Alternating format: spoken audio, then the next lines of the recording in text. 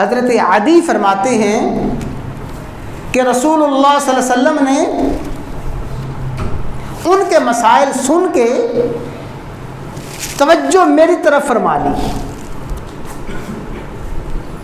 مسائل تو انہوں نے بیان کیے تھے، ان کی طرف متوجہ ہونے کی بجائے میری طرف متوجہ ہوئے اور فرمایا یا عدی هل رأیت الحیرہ، اے عدی تو نے حیرہ دیکھا ہے؟ یہ حیرہ ہا کے ساتھ، حلوے والی ہا کے ساتھ حیرہ، یہ ایک بستی شہر علاقہ ہے جو آج کوفہ کے آس پاس بلکہ کوفہ کے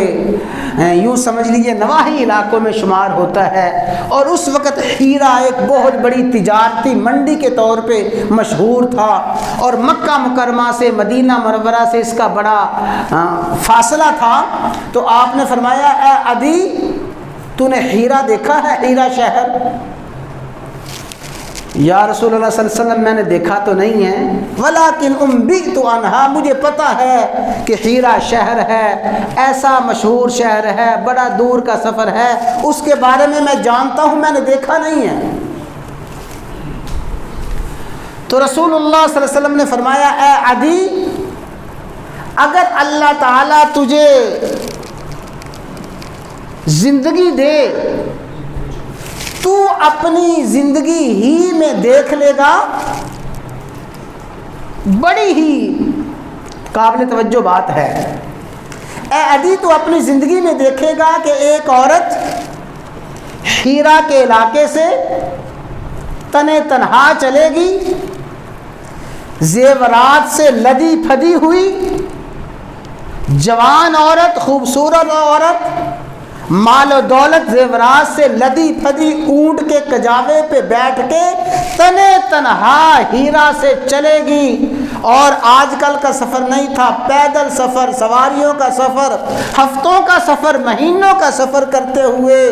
راتوں کو سفر کرے گی، دن کو سفر کرے گی، صحرا کا سفر کرے گی، جنگلات کا سفر کرے گی، بستیوں کا سفر کرے گی، چلتی چلتی ہیرا سے مکہ مکرمہ پہنچے گی، اللہ کے گھر کا طواف کرے گی، اور طواف کر کے واپس اسی طرح امن کے ساتھ، سکون کے ساتھ اپنے علاقے ہیرا میں پہنچ جائے گی۔ اس سارے سفر میں آنے اور جانے میں، خلوت میں، تنہائی میں اسے اللہ کے علاوہ کسی اور کا ڈر نہیں ہوگا، اسے کوئی خوف نہیں ہوگا، نہ اپنی عزت کے لٹنے کا، نہ اپنے مال و دولت کے لٹنے کا، وہ تنے تنہا سفر کرے گی۔ حضرت عدی کے لیے یہ بات انتہائی تعجب والی اور بڑی حیران کن بات تھی۔ حضرت عدی خود فرماتے ہیں، کہتے ہیں فیما بینی و بین نفسی، میرے دل میں یہ بات آئی،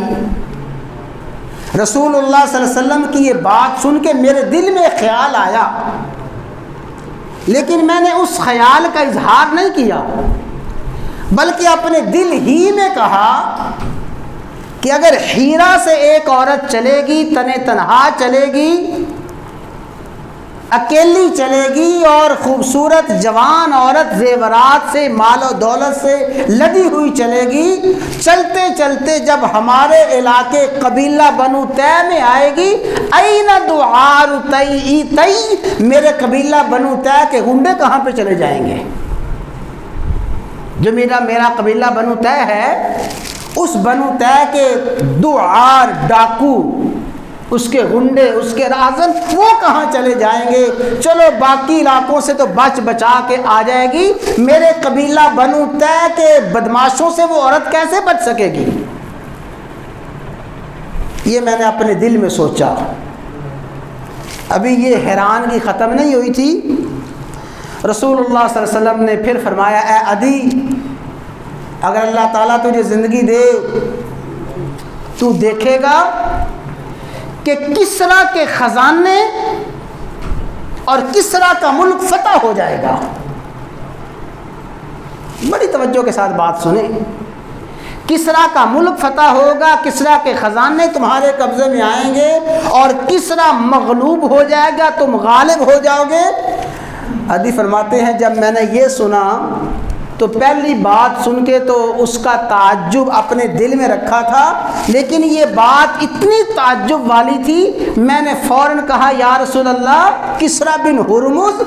آپ کس کسرا کی بات کر رہے ہیں؟ وہ کسرا جو ہرمز کا بیٹا ہے، جو فارس کا بادشاہ، ایران کا بادشاہ ہے، اس وقت دنیا کی سب سے بڑی سپر طاقت ہے، کیا آپ کسرا بن ہرمز کی بات کر رہے ہیں؟ فرمایا نعم کسرا بن ہرمز، ہاں میں اسی کسرا بن ہرمز کی بات کر رہا ہوں، اس کے خزانے فتح ہوں گے۔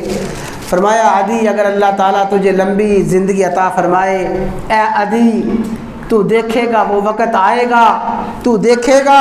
وہ وقت آئے گا کہ لوگ صدقات کو، زکوٰۃ کو، مال کو ہاتھ میں لیے پھریں گے اور صدا لگائیں گے، ہے کوئی زکوٰۃ لینے والا، ہے کوئی صدقہ لینے والا، ہے کوئی خیرات لینے والا؟ لوگوں یہ میرے پاس زکوٰۃ کے پیسے ہیں، آؤ جس نے جو حقدار ہے لے لو۔ وہ آواز لگاتا رہے گا لیکن اس کو صدقہ زکوٰۃ لینے والا کوئی نہیں ملے گا۔ حضرات گرامی، آنے والے شخصوں نے دو مسائل بیان کیے، رسول اللہ صلی اللہ علیہ وسلم نے دو مسائل کے جواب میں 3 باتیں ارشاد فرمائیں۔ ایسا امن، ایسا سکون ہوگا کہ ہیرا سے ایک عورت چلے گی، مکہ مکرمہ کا آ کے طواف کرے گی، واپس جائے گی، اللہ کے علاوہ کسی کا خوف نہ ہوگا، اور ایسا غلبہ ہوگا۔ ہرمز، کسرا بن ہرمز، ایران کا جو بادشاہ ہے، سب سے بڑی سپر طاقت ہے، مغلوب ہو جائے گا، اس کے خزانے تمہارے قبضے میں آئیں گے۔ اور عدی سن لو، وہ وقت آئے گا کہ لوگ صدقہ خیرات لے کے پھریں گے، کوئی زکوٰۃ لینے والا نہ ملے گا، اتنی مالی خوشحالی آ جائے گی۔